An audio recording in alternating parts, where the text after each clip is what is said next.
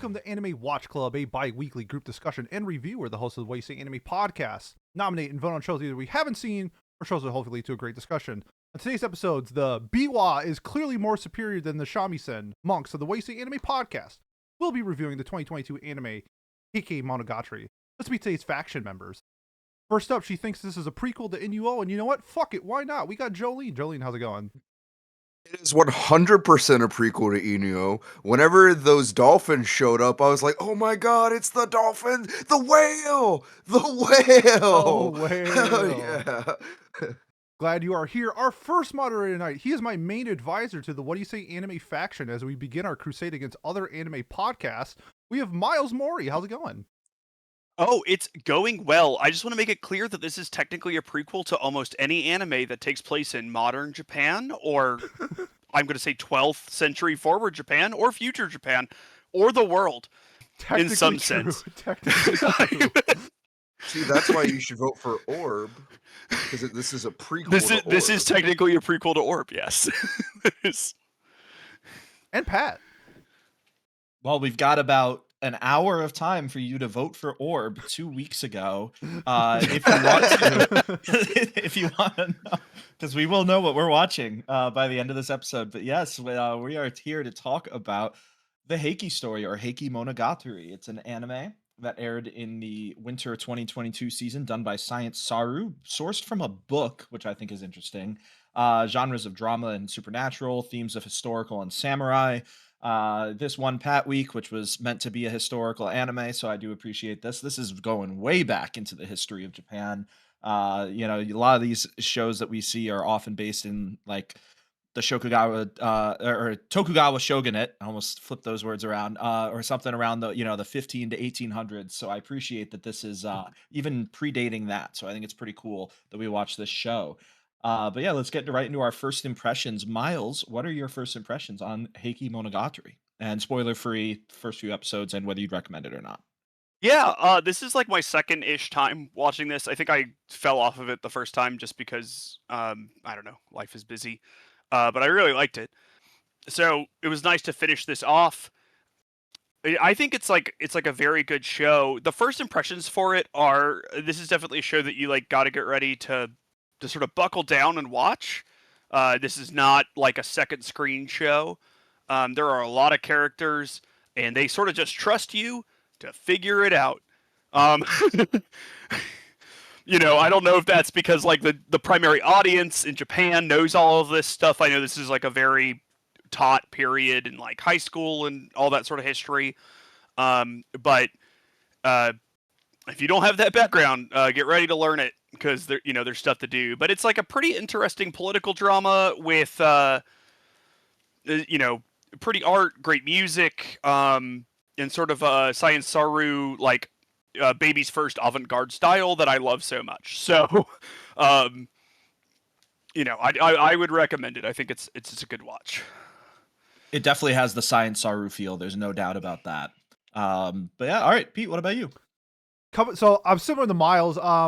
I came into this is my rewatch. The first time I watched it, I also fell off, but I got back in and finished it before the season ended. But it was a show to me that you definitely need to be in a mindset to watch it because there's just so much happening. And I think something like this setting that we have, where you can discuss and talk with people about the events, is greatly beneficial because there's just so many things happening in this story that if it wasn't for our group, I think I'd be lost. So in terms of like recommendations, it's like I really like this show, but I don't know if I would say I would probably not recommend it more than I would recommend it. So I'm gonna go with a not recommended just because it just seems like this is made for very specific people, and that person is not in the the zeitgeist, not watching the mainstream stuff. They like the indie hidden darling stuff. So I would recommend it if you're into that type of stuff, but for like the mainstream watcher, nah, you can skip this one.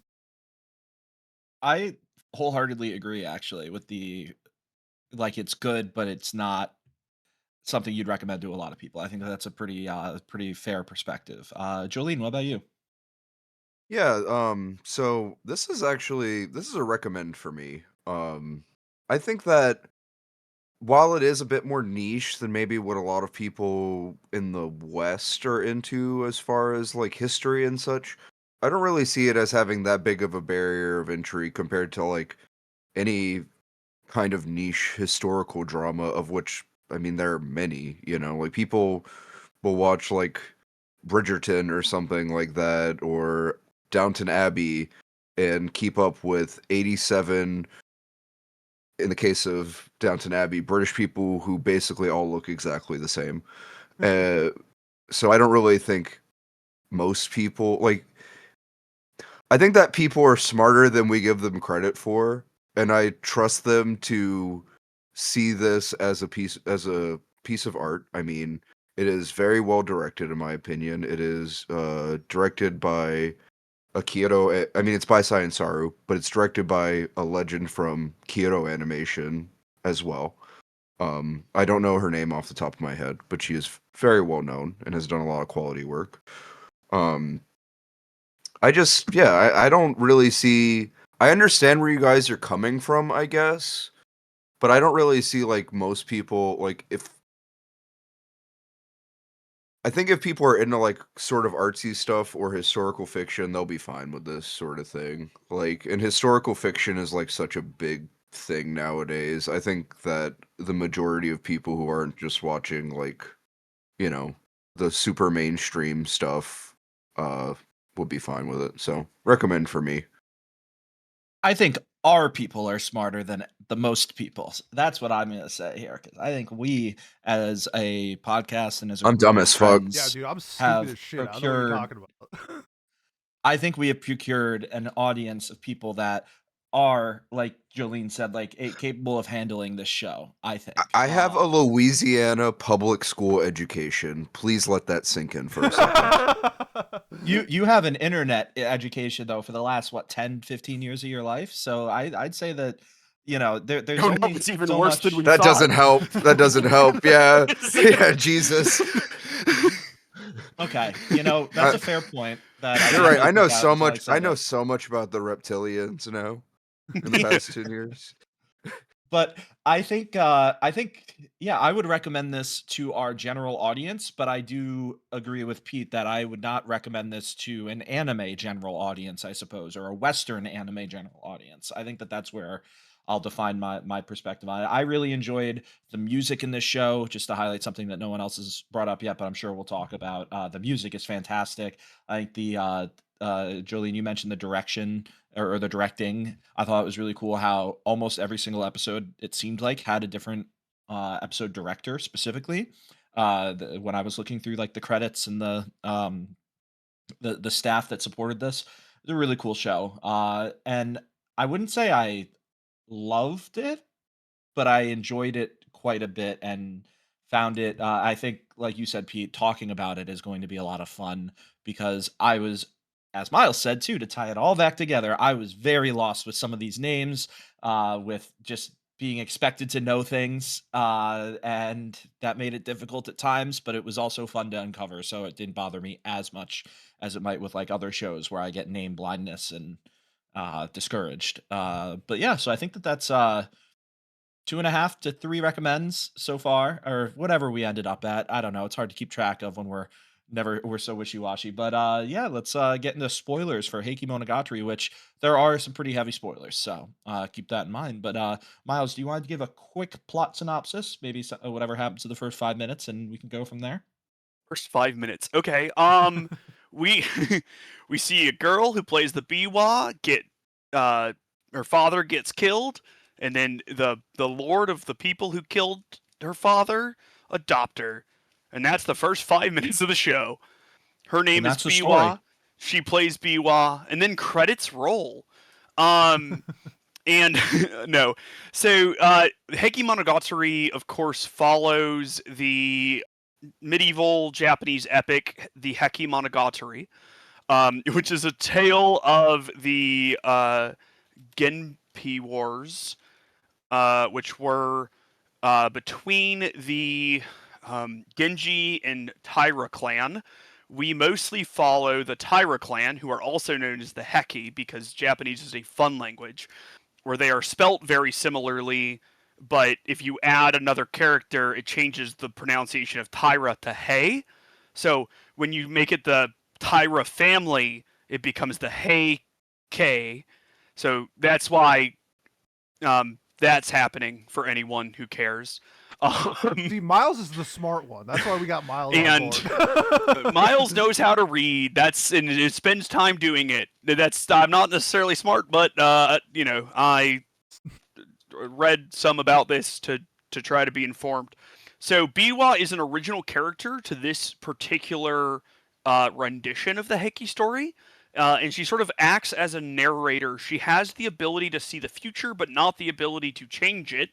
So people will ask her about important events that are going to happen, like, oh no, like my brother's going into battle. What's going to happen? And then she sort of goes into like, I don't know, some sort of like spirit mode or something, and like plays her biwa and like tells the story in a melodic way of these big important historical events that have happened, because the Heike Monogatari is largely inspired by history, though it is sort of historical fiction in a lot of ways, because a lot of things were changed for various reasons. And there's some supernatural elements in it that actually aren't really touched upon in this, but are in the story proper. Like one of the advisors is like a big old spider commie guy, like something like that. Yeah.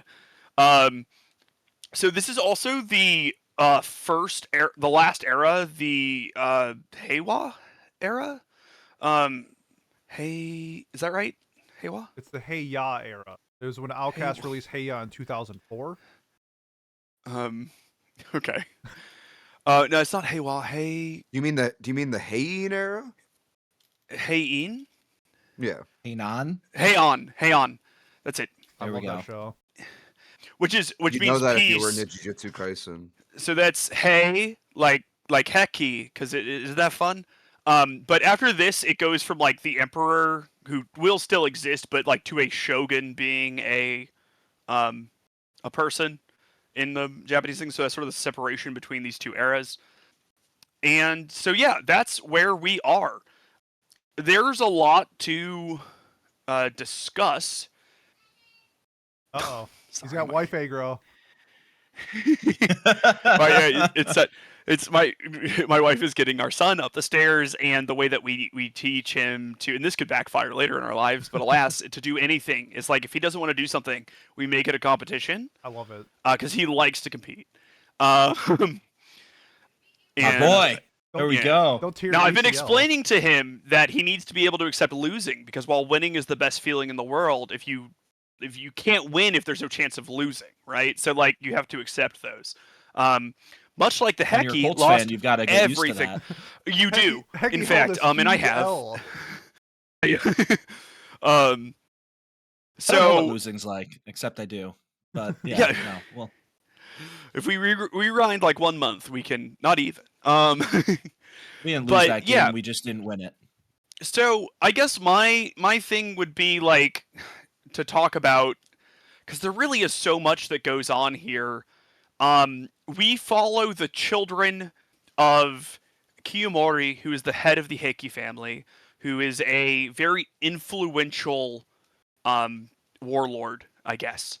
He, at the beginning of this, helps imprison the current emperor and make him like the retired emperor, and then marries his daughter off to the new emperor.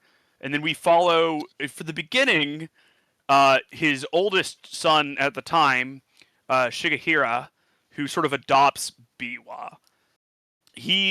So Biwa is with his like 3 children, I think. Yep. So, anyways, what do we think about like this initial setup and everything? How do we do with it? Did we find it interesting? We'll start with that, and then we'll go from there, because this feels like something we need to take a little more methodically, because normally we'd be a little chaotic with these things, but they're really like a lot of stuff happens. They cover like 10 years of history. When they started setting things up, it kind of got like a little too fast, but I did like how it set up until we got to episode 3, when we just jump skipped an entire year, and the setup felt good until that point, because then it's sort of like, I think Miles, you mentioned it earlier. We kind of are just expected to know some of the things that are happening in between the scenes, and we don't. So then we go from like her being adopted to now being like a focal point in like member of this family like way too fast, and it sort of like pulled me away from like, do they like Biwa? Are they using her for her power? Like, what is the point of her being in this family? And I kind of got confused by like the dynamic of the family along with the pacing of setting everything up. So I don't know if anyone else felt that way. Yeah, I agree that I think that this similar to when we watched 100 meters, right? Like the way it jumps between times, like you said, it jumped forward a year in this case in this specific moment, and it does that a couple times throughout the rest of the story. Made it very difficult to follow at times because Biwa, like she goes from being this outcast, and then her power is discovered by the father. Again, this is where all the names and different things get difficult to identify. But the Shigehira. father, Shigehira, thank you. And we don't get to see we see like a little bit of character interactions, which I really liked in this show. I thought that Biwa's relationship with all the different brothers Oh, and Shigimori. fathers Shigimori. and uncles, the perfect Shigimori. example of where we are um with this. I think that they did a good job of showing how she could become close to them, but it does just jump right in, and all of a sudden, like you said, Pete, she's gone from not being part of the family to what? We don't really understand. Like, are they abusing her power? Are they using it in any way? We don't get that necessarily directly addressed until later on. Yeah, and we're expected to just roll with it, which is a little frustrating. I think the show, personally, I thought it got stronger as it went on compared to how it started. Um, not to change the point, but I'm curious what the others thought as well about that this specific jump that we're referencing early I on. don't think they were for really like one. The jumps are always a little confusing to me because you just like have to figure out around how much time is jumped based on like Yeah, where people are. But I don't think they were abusing Biwa's power because she has what might be the single most useless power of all time. Um. So, yeah. what foresight or whatever, Well, future yeah, sight. and the inability, like you can't ever change anything, right? Like it is predetermined. So, uh, you know, like okay, like you know, Well, I guess that's where do we define this power then? Because like if Six you sevens? if the meta game or the meta theory there is, oh, you can't change the future because you knowing the future means that whatever you're going to do is going to lead to that future, but then also your inaction is going to lead to that future. There's like layers to that, and I guess that's where I'm. It is I'm annoyed. Like, versus like I don't know, maybe this is an Eastern versus Western media thing. Like you think about all those movies where people.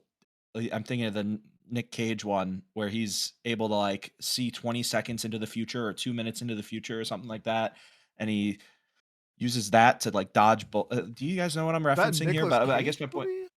I'm pretty sure it's Nicolas Cage's. Well, maybe there's other movies like it too, of course, but I'm pretty sure it's Nicolas Cage is in a next. next. Yeah, yes, Oh, thank you. Gosh. yeah. That movie I just he's sucks able to literally like see. ass. typed Nicolas Cage can see the future into Google. Thank you. Thank you. Yeah. But point being, like, I guess there are a lot of stories like that in Western media where that future sight isn't seen as like a useless power. It's quite the opposite. They use it to skirt rules, to win cards or gambling debts, dodge bullets, all this stuff. And it's like, I wonder if that's like a deeper thing in terms of how Western culture views what a foresight would be versus like destiny like Eastern culture does. I don't know. Go ahead, Julian. But like the difference between it is it's not like seeing a bullet flying at you 2 seconds into the future and being able to dodge it. It's more so seeing yourself being shot and being unable to do anything about it. Like, For because it sure. seems like it's strictly horrific downfalls that she sees. She doesn't ever see like, oh, we're gonna go out for dinner later. Nice. Yeah. Like, mom's getting McDonald's on the way home. No, she sees like mom got in a fucking Final Destination. It's like Final Destination, but she just dies Yep. instead. Yeah. Well, yeah, Fair. like they do in Final Destination 2, right? Like the ending scene is always like, oh, we didn't really break the cycle, like Right. whoopsie daisies. Mhm. But I think part of it is that so traditionally the story is like very Buddhist, um, like in its themes and stuff, and sort of I don't know, like the karmic toll that um, Kiyomori racked up sort of made these things inevitable, I think is the sort of thing.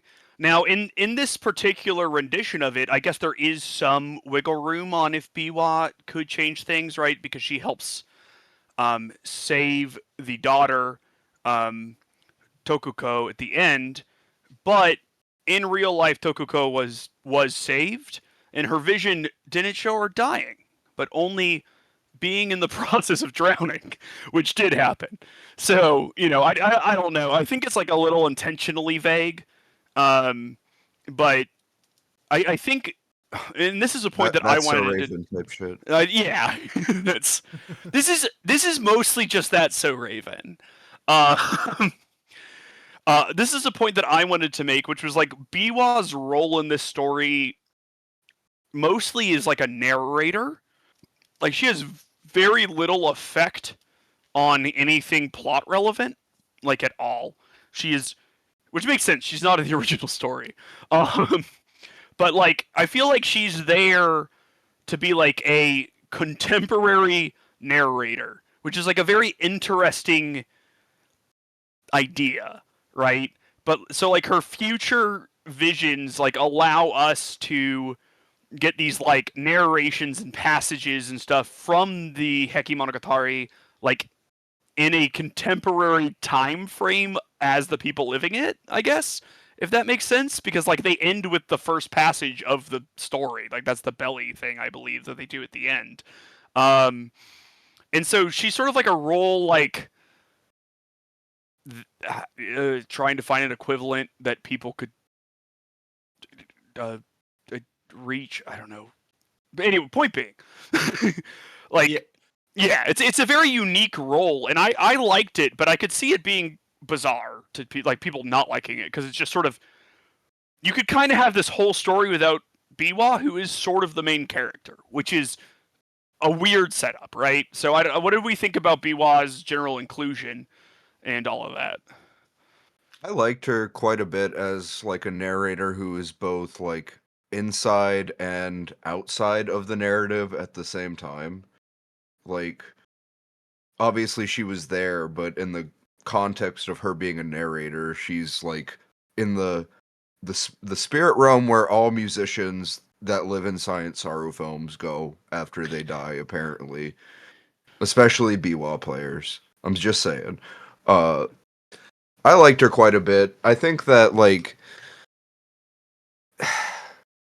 if this was a book, I think people would have less issues with it.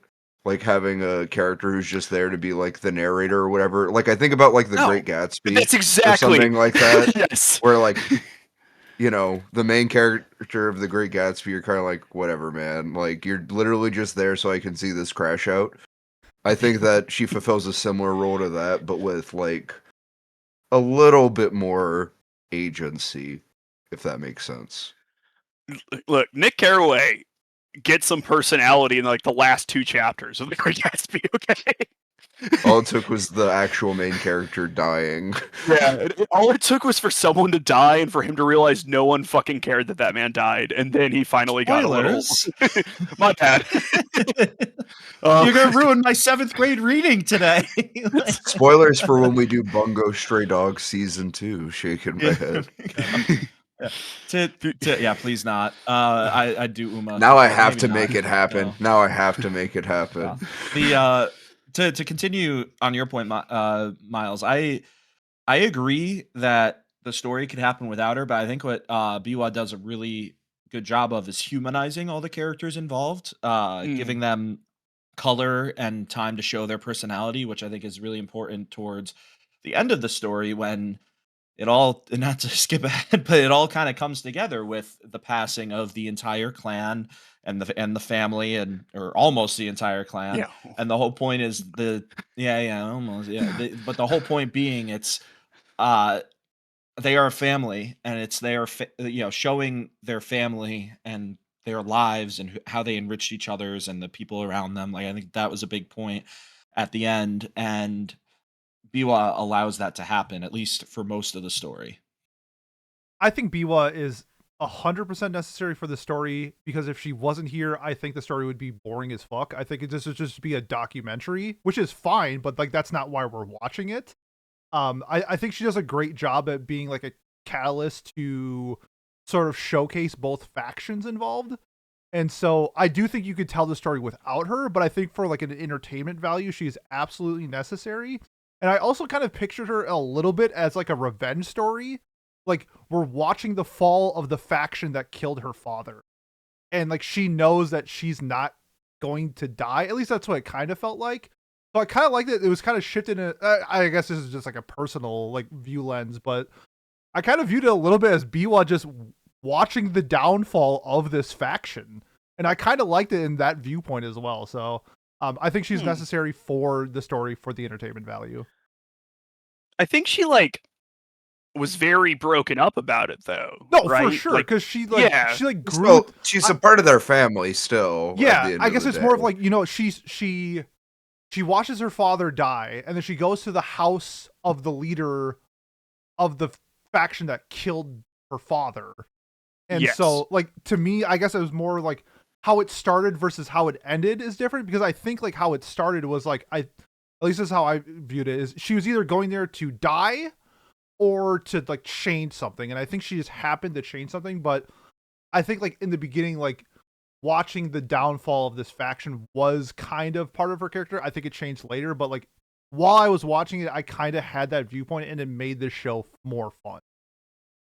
Yeah, I think it's interesting because the very specific person who the story wants us to think deserves the downfall is Kiyomori. And 100%. He gets fucking got 2/3 of the way through. And then his entire fucking family dies. Yeah. Like after the you know what I mean?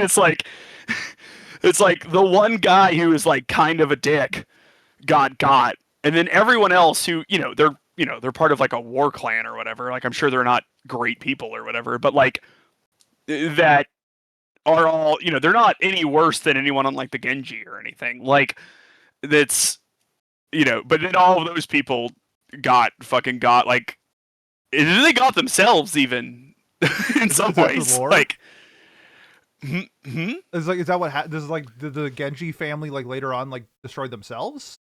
Oh well, I'm in this family probably though, because the Genji family becomes the first shogunate, and like they weren't the last one, so surely something happened there. Oh yeah. Because the Genji family is the Yamamoto, I think is their family name. I've been to that castle. Oh, well, there you go. Oh, okay. This is all making sense, because the guy name of the Genji family is Go Shirakawa. So Shirakawa Go. So like that area. So this must be in the mountains of Japan. And well, so Shirakawa also just means White River. Okay. Oh no, no, they're like located like they're by like Hakone, aren't they? Yeah, I mean, it could be named after, but Go also just means like prefecture or city or something. Gotcha. Because everything, now look, they could be related. I'm just saying it's not like 100% guarantee, because like every third word in Japanese is just the same word, like phonetically. And it's horribly confusing. So yeah, but there's like there's a lot going on, because like the Genji aren't like great people, I would say, because they basically get outplayed by Kiyomori, and not even like nefariously. Like Kiyomori was very ruthless, but like he just did a much better job of like marrying his daughters to people and like things like that. Yep. And he had like a 7th son. We cut a lot of characters from this rendition, from like the original thing or whatever. We like cut like 8 children of Kiyomori's from it.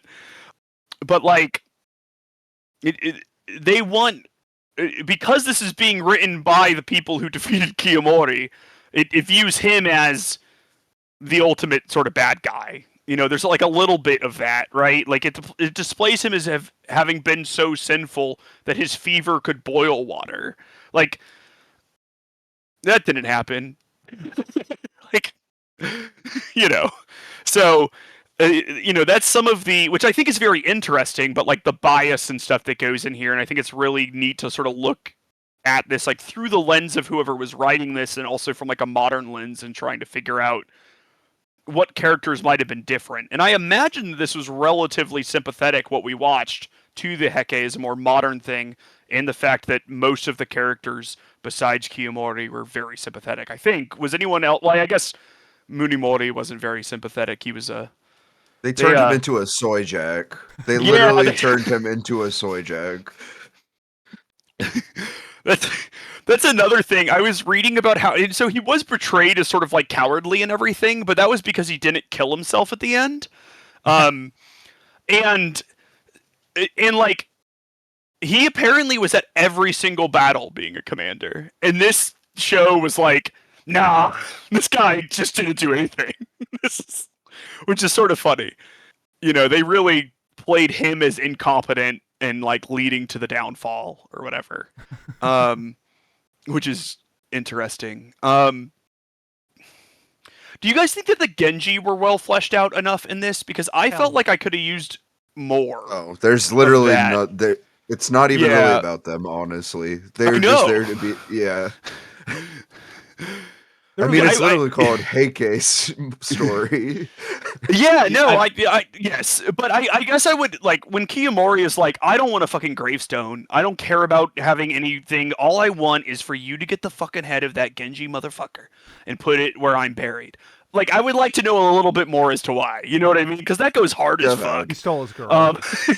We mentioned like name blindness, but I also felt enemy blindness too. Like, so like what you're saying, it's the Heike story. I want to know about the Heikes, but like I would have liked to have understood too, like, because like there's the monks, they end up fighting like multiple different factions, which is the nature of a warring clan state and everything. And being the emperor, you're gonna have a lot of enemies, whatever, or the heir to the emperor or whatever.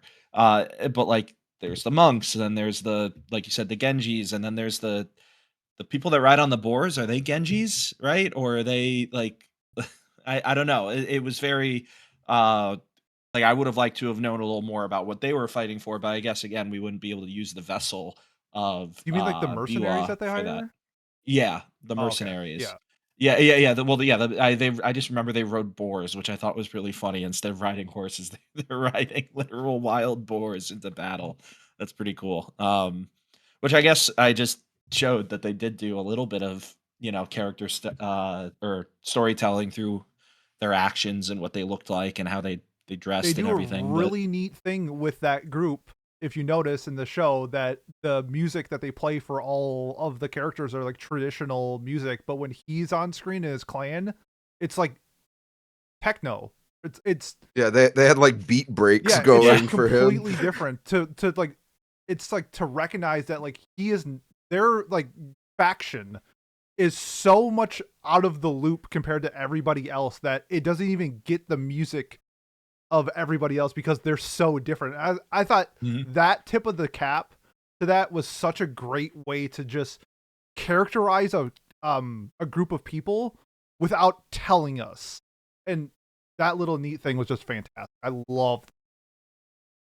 I guess we can get into more specifics then. Out of the personal like arcs we had of the different characters, not everyone, but the major characters sort of had arcs.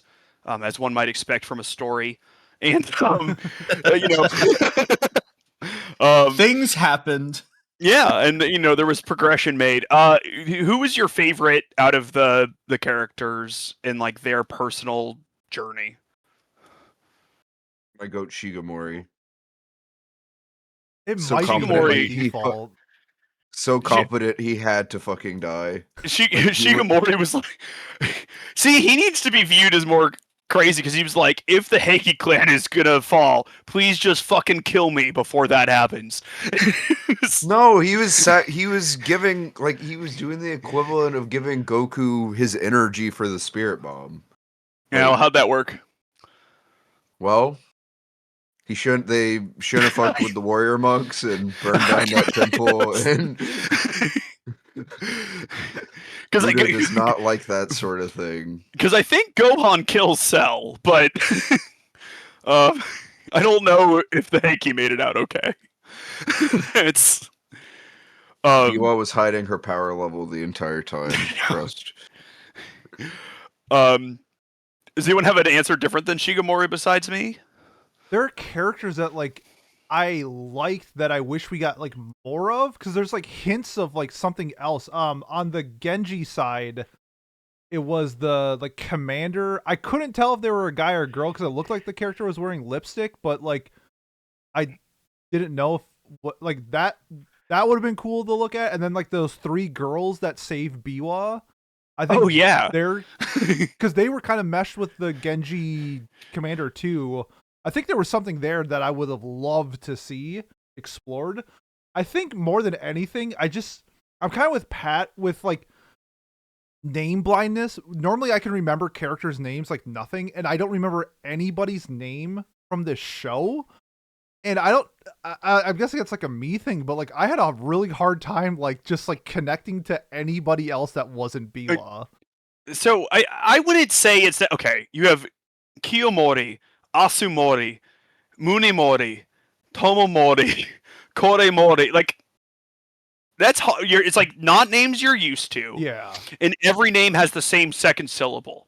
Like you can kind of like I don't know, I guess for me, like I can always just like remove the Mori and then you just have like Tomo and Mune and stuff like that. But like I can't do it. My brain doesn't work. It doesn't let me like put face to picture or face to name type of thing. But it's like it has to be because of like the naming conventions and just my brain not working.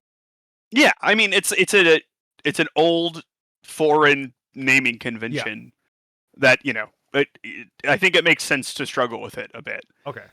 Oh, I was just gonna say, to align with Pete, I also wish that there was more of Atsumori. I wish we got to see more of him. And I believe it was the flute playing of the brothers was also I wish we got more of the two of them like exploring. Oh yeah, like our little hinted a romance there. Yeah, right. Yeah. But like little yaoi, which I guess again is like the point of the story, that it all ends in pain. But like, again, the point. The point of the story is like really hope your grandfather wasn't a piece of shit, or you all have to die. Yeah.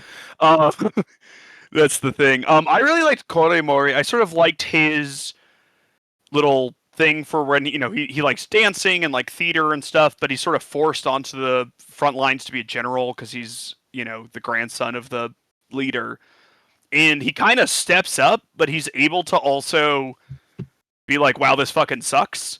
Like I found that like very interesting, where I sort of, when I was first watching this, didn't think he was going to be like a competent general, but he was a very good general. And like, but how he like didn't become like some sort of like rah army guy. He sort of maintained some of himself, but also was changed by it. I thought was pretty interesting. I guess I haven't seen like a lot of things like that where like a man who isn't particularly masculine steps up and is like able to be like a good general until that one battle. That was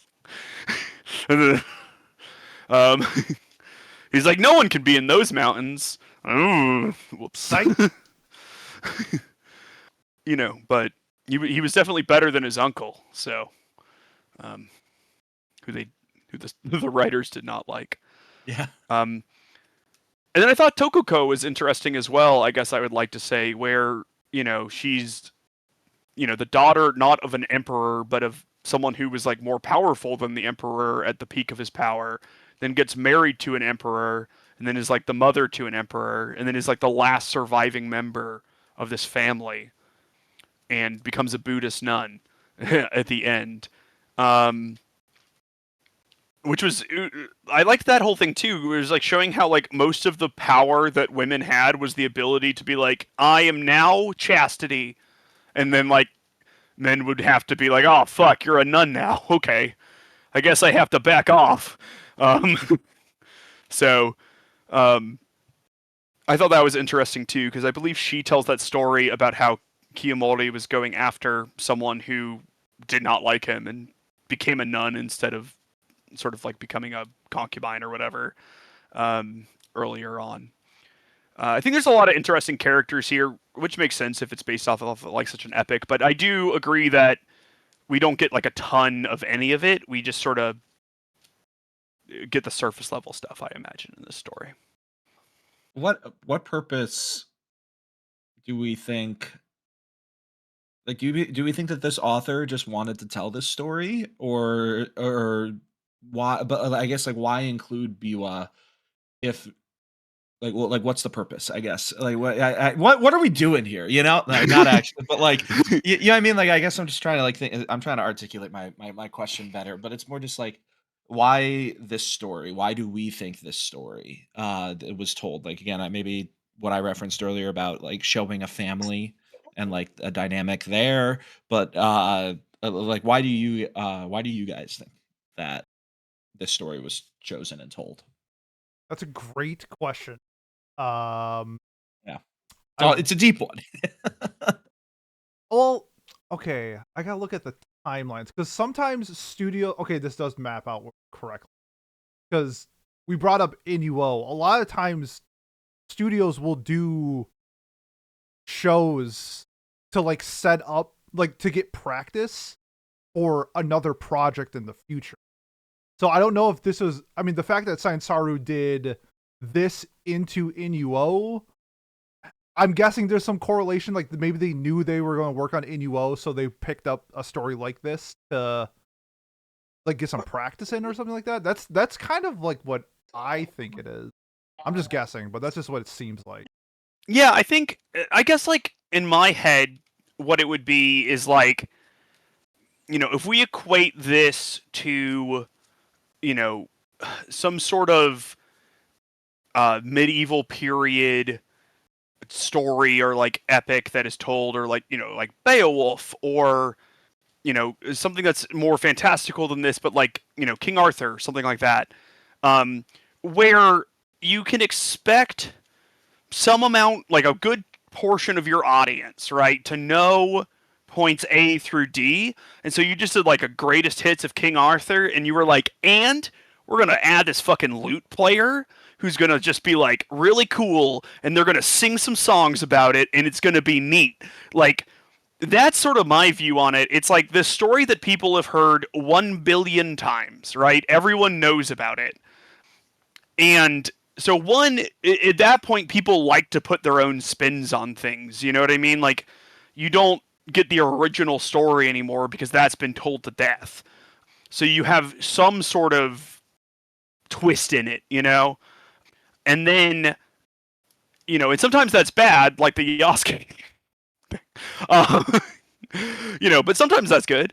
And so I think that it was just sort of a creative way to get passages from the story into the anime as like her visions. And I think it's a sort of a neat way to tell a story that their audience is going to be very familiar with. So the fact that we're just sort of getting the spark notes of it is okay, and that's supplemented for their core audience by the fact that you have these very interesting visuals and everything. Because I would suspect everyone else can, or not everyone else, but like your average Japanese person who is watching this, right, who had a Japanese high school education or whatever, can fill in those blanks because, they're aware. It's like, if they told, like Hamilton, this is Hamilton. That's a good point. Yeah. Yeah. No, I like that. We got there.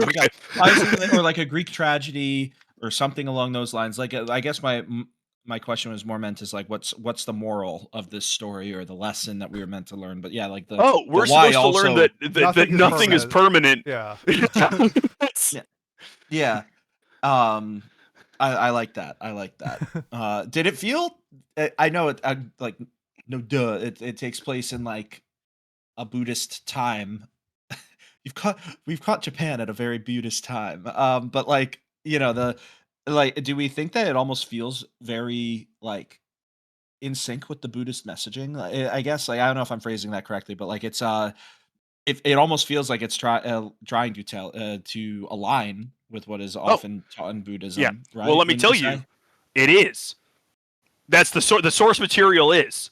It was A written by Buddhist book? Buddhist monks originally. It was like an oral history from the Biwa monks, Yeah, right? the Biwa players were the first people to ever tell the Like to Heike tell the story. story, and then it was written down, and those were Buddhist monks. So a lot There we of go. this is right. So like that's again part of the reason that um, Kiyomori is so villainized in this is because he wasn't very nice to the Buddhists, monks and stuff. You know, like I think he was a Buddhist too, but like he was willing to like ransack temples and like get revenge on monks and stuff, and like do some sort of borderline taboo things within the religion.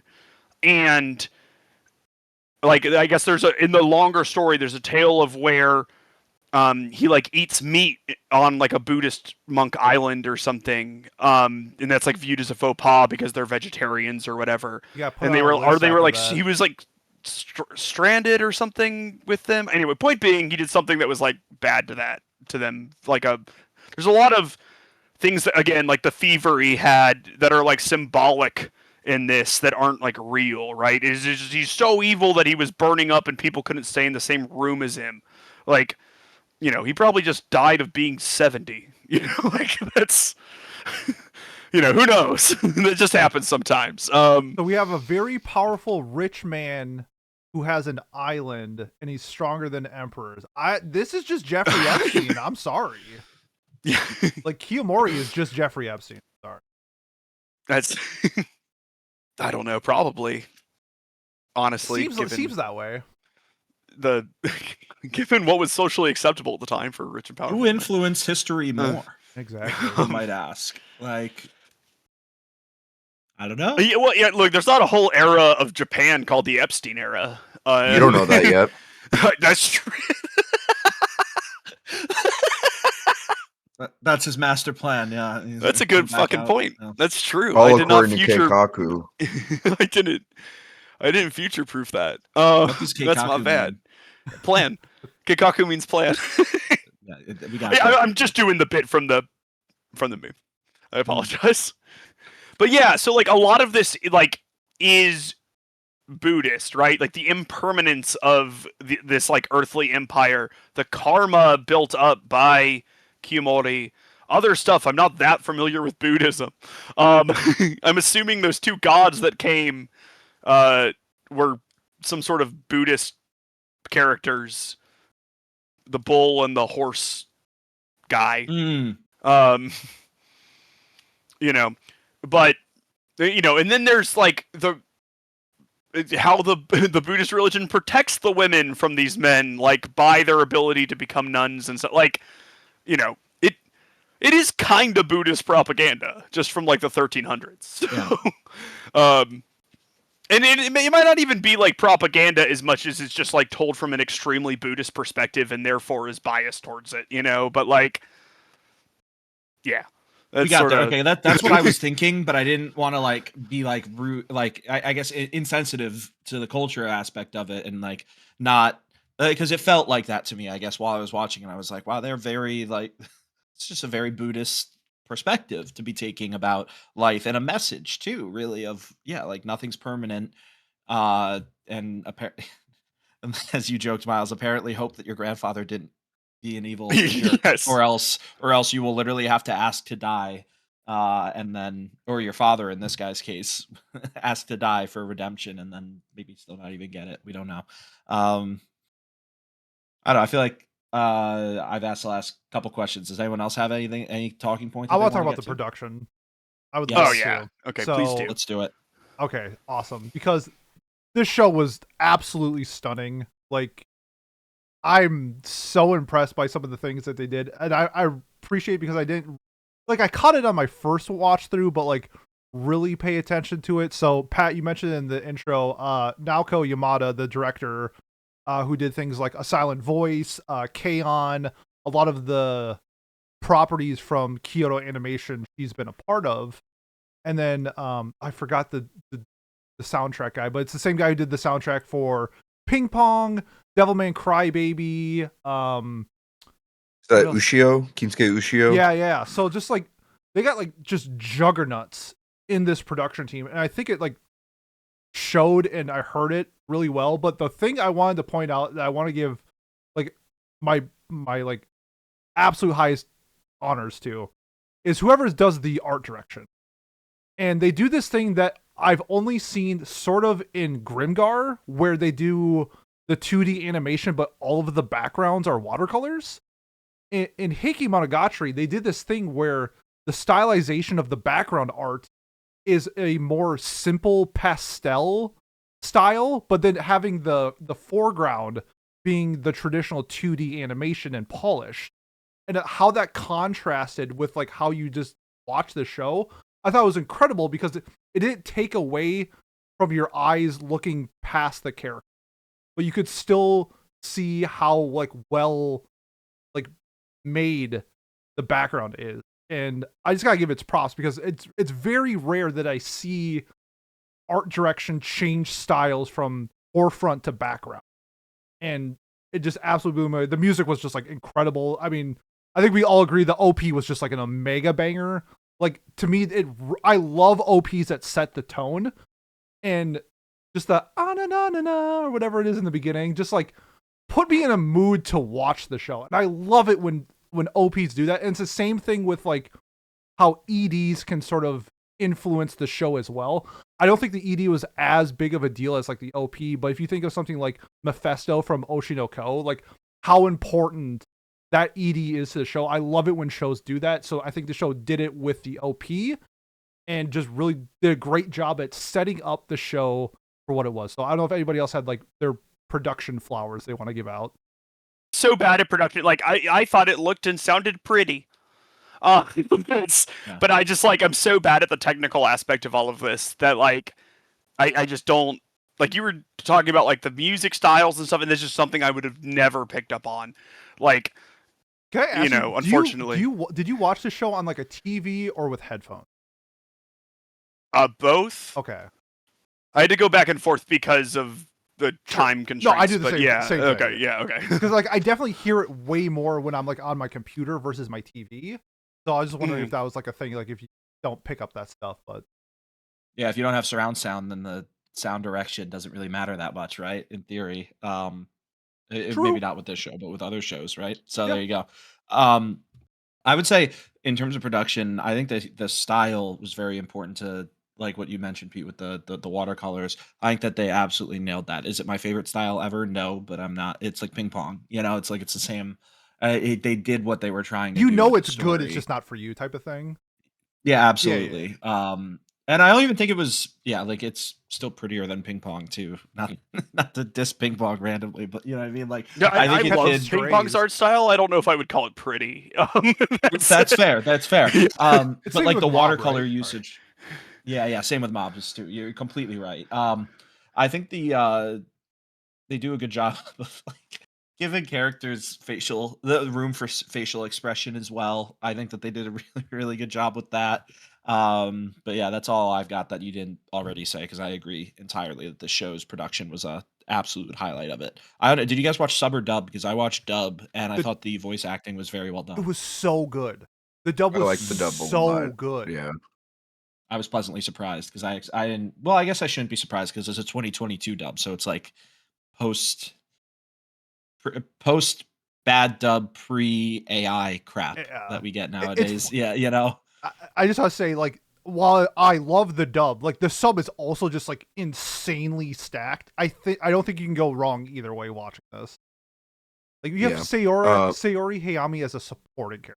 Like, come on, we're eating. My take on the production stuff, by the way, just while we're there real quick, I really enjoyed this quite a bit. I thought that I loved the OP. Like that is literally what kind of hooked me. Like the intro itself was great, very stark, like very like not slow, you know, like I just watching her dad get cut down was incredible. But I loved it. yeah, I loved every second of it.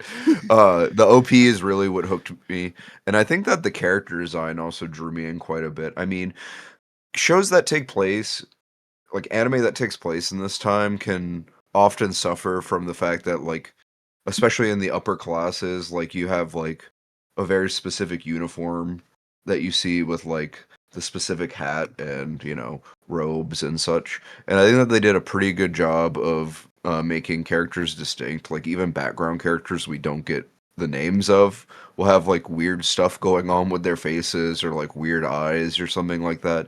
And I just appreciate that. Like there's a lot of anime that like wouldn't go out of their way to draw faces on every character. They would just like, you know, they're extras, they're getting blank faces. Like look at like My Hero Academia or Bungo Stray Dogs or something from Bones. Like they're always doing that. I don't blame them necessarily, but it's nice when the extra effort is put in.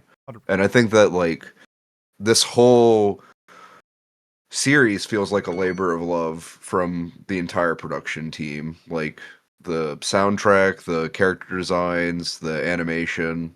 Yeah, I think that the production on this is A plus, and you know, it's just that polish that's we've come to love Science Saru for. I mean, yeah, the production deserves all the praise that we give it. I think it's very cool. Every aspect of it too. It's not like one part's strong or not. The all of it is so well balanced. I think the historical. It just totally thought of this too. Like the armor and things like that looked awesome. I have no idea myself personally if they've got it perfectly right or whatever, but even like during the fights too, the way they were positioning their boats and using shields and arrows and blah blah blah blah blah blah blah blah blah blah, all that cool stuff was I I take their word that that was accurate or how it was told or how it was portrayed in the historical narratives. So I think that's pretty sick that they did a good job of adapting that as well, both visually and I guess, yeah. There we go. Cool. Final thoughts. Final thoughts. I'm really good at this talking Visually thing that we and do. visually. Yeah. Yeah. Yeah. Yeah. Yeah. Yeah. Double visually. Double It's vision. because we got two eyes Yeah. to see with two visuals. Yeah. But yeah, let's do final thoughts. Miles, what are your final thoughts if you have any? And what's your final score for the Heike Yeah, story? I had a good time with this. I generally always like Science Saru stuff. And I like things like this that require me to look up a bunch of historical bullshit in order to like contextualize it. Like I learned a lot about Japanese history from watching this, and the subsequent research and everything I did to have a completely fumbling grasp of the political situation of this. I think it's a good, interesting story. I think that if you like the small council meetings of Game of Thrones, that this is for you. If that's your favorite part of that series. And I gave this an 8 out of 10. 8 out of 10. All right, let me add that to my calculator while Pete gives his final thoughts and final score. From a production value, like this show is a 10 out of 10. It blew me away from everything that I saw visually, audibly, like just a well-crafted, well-polished show. My biggest gripe with the show is that this is a 800 to 1200 page book that is condensed into 11 episodes. The pacing is just horrendous. It is horrendously paced. It's cool that they're like showcasing this story, but I don't think this is the medium for it. Like, I just, it's not even like it's like a historical fiction thing or something like that. It's like, I just don't think this story works in it. I'm glad we got it, and I'm glad that they put their full effort in, but it's just, it's kind of part why I wouldn't recommend this to anybody. But looking at like the bright side, I thought like for a summary of what this story was, they did a decent job at showcasing that. Outside of Biwa, I had troubles like really connecting and having fun with other characters, so that can sort of be a lapse in sort of my enjoyment in this show, because I do like to attach myself to characters. And while I like Biwa, I don't think she was the strongest character I've seen in anime, let alone this show. But it was a good time. That, I mean, God, just like most of my points are just through production, just like beautifully everything, fantastic voice acting. knocked it out of the park. I just did not like the pacing. I'm gonna give it a 7, just because of all those other reasons. But man, the pacing sucks. I'm sorry.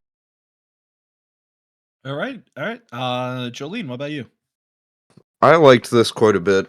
I think that, like, I agree with Pete. The production on this was fantastic for sure. Really enjoyed the voice acting, both dub and the sub for whenever I had to watch that as well, because Crunchyroll was not giving me any subtitles for the songs whenever I was watching the English dub, which was annoying as shit.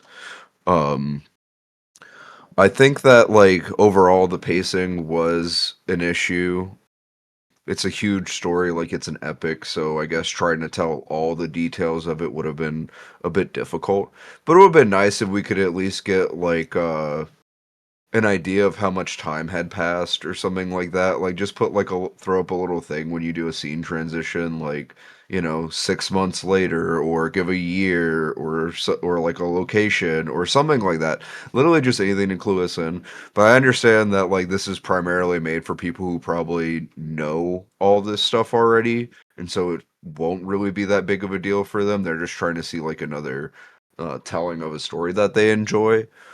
Um, Overall, for me, I think that this is like I'd say like a 7 out of 10. 7. Alrighty. Yeah, I don't have much more to add. I think we did a pretty good job covering it. I feel pretty confident in my score of an 8 out of 10. I really enjoy historical shows. I love the politics being played. I wish we got a little bit more of that and actually saw Biwa involved in it in some capacity. I think that's what really frustrated me. Because yeah, like I think Pete, you mentioned it earlier. It did just feel like a documentary, which I love documentaries, but like without her involvement, in theory, this is just a documentary. So I am not gonna. I don't think it was perfect by any means, but I really had more fun with it than I thought I would after the first few episodes, and I was I think it really picks up as as the characters develop more and more. So that brings our final total to an average of a 7.5 between four of us. Wow, that math was really easy. I didn't even think about the fact that we gave 2 8s and 2 7s. Uh, again, I'll get more experience with that 6 years from now. But we have 7.5, which is 0.3 lower than the Mal score of a 7.8. Not a lot of users on this. Was this like slept on when it came out? Like 28,000 feels low. It's not for the mainstream. Like, how many people like enjoy traditional historical anime? It's 10% of Jujutsu Kaisen watchers. Fair enough. Yeah, it's pretty crazy to think about. I guess the Western versus Eastern audience too. Like the difference there would be pretty massive, I'm guessing. Yeah. But yeah, sweet. All right. Well, that wraps up our discussion of the Heike story or Heike Monogatari. Miles, we have 2-core week coming up in however long it is. What 2-core show did we vote on and are we watching? Okay, wait 1 second, because I just realized Jolene didn't vote, and I would like her to vote. Oh, Um, Well, Cat's not here, so I had to do his thing. That's my bad. He already did his That's thing okay. too during the Cat episode. already did his thing too. I have. So yeah, the only thing is, I think if possible, I would like all of us to vote, because that is the way the nominations are on even footing. Because I think technically, if you want your show to win, the smartest play is to not vote. And so, True. um, It is true. I do not believe that Jolene will change this based off of what I know of her taste, but alas. I sent it. Okay. Oh my god, it's so different. No, you changed nothing. It's wait, did this get a legacy point now? No, nothing got anything. Wow, it's made it really close though. Okay. We will be watching. Okay, I'm just gonna go. Oh yeah. Yeah, you do third through first. Yeah. So we had a tie for third and a tie for second. So everything gets a shout out. Shout out to Yona and Code Geass for coming in third.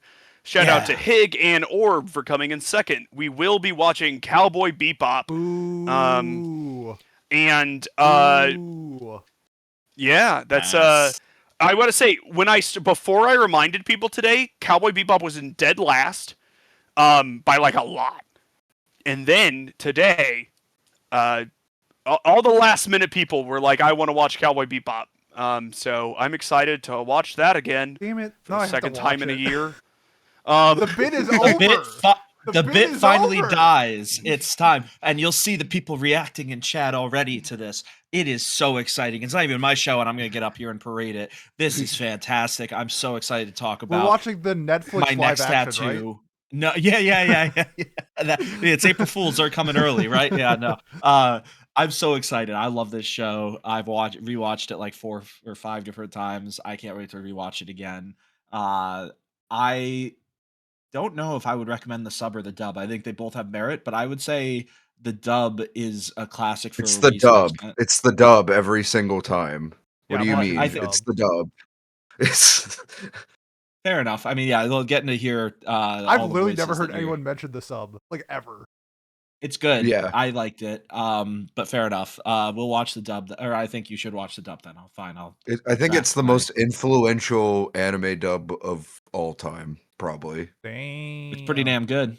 It is pretty Yeah. damn good. But sweet. All right. Well, that is what we're watching, and we don't need to vote because we have a special surprise that totally no one knows about planned for you guys on April Fool's Day. I don't even know when for we our were following recording club it when episode. it's dropping. It's going to be in May. I think have it's no gonna idea. drop like mid-April. Yeah, so it's April Fool's, and Yeah.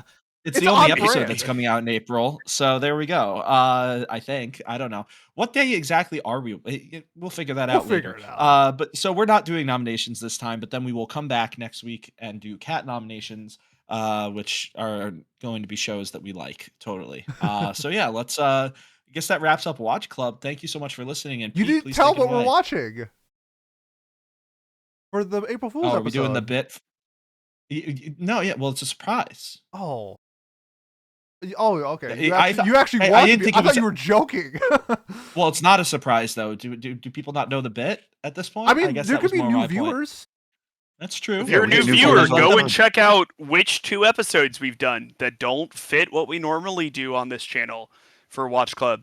And perhaps with the K-pop Demon powers Hunters, you're so right. of deductive. Did we do K-pop? Oh yeah, we did. That's Yeah, we true. did. Yeah. Link click. That's another one. Yep, we're doing It's- Ruby. We're doing Ruby 2 weeks from now. So there we go. Yeah, that's what it is. That would be an April Fool's joke because I would be cracking jokes the entire time. Mhm. I would We're- be too. did Don't we- worry. Wait, did we ever do Ice Queendom on this, or did? No, I we're mean, I doing like the YouTube series Oh, too, by the okay. way. Not Okay. I reviewed. yeah. I No, reviewed not the the anime. series. Yeah. Yeah, I'm just trying to remember why I bothered finish watching it. Like, because I had like the last episode on The last deck for episode's like. the best was a Shark episode. It's the Shark Tank. No, the because- second to last episode is the best The episode. food fight is the last episode. Oh, that's your best episode? The show sucks. That's the best episode. Okay. I thought the fight in the penultimate episode was pretty Yeah, fire. okay, the fight was Cool. good, but like, yeah. It's just like regular Ruby. The fights are sick and like things are fun, but it's the poorly put together and written. But yeah, the yeah. That you aspect, yeah. you rewatched it. You watched it because of our Shark Tank episode. You finished it Oh, because I okay. was like, "Hey, please finish it," and you did. So, and then I watched all of Review Starlight for you in compensation. Hell So yeah. it worked out. Thanks. And you got to watch Indeed. Ayaka, Utena. Miles. You watched Utena. Utna. What did I say? Review. Yeah, Starlight. I Review said Starlight. Review Starlight, which It- Which I we it did is for fair. Watch Club. It is Which influential. we Yeah, did. to be fair, similar. Which we did yeah. for Watch Club too, like Yes. 4 years ago at Yes. this point. I Oh was my God. surprisingly low on Yeah. Review Starlight for me. But A rare It is- mild You don't cell. like- You don't like lesbians, I understand. yeah, no, I love lesbians. I wish there were some in the show. Oh. Dang. Ooh. Hey, Mike Green from downtown. All All right, right, please end it, Pat's please gotta end go it. golf. I gotta go eat. So if you have made it this far and you want to support us, the best way to do so: like, comment, subscribe, leave a review on whatever platform you are watching or listening to us on. Next week there won't be an episode because I'll be too busy being in Japan. So you'll get an episode late March. So I'm gonna take a break. So thank you so much for all the support throughout the years. Thanks to everybody who joined, and we will see you next time. Peace. Bye bye.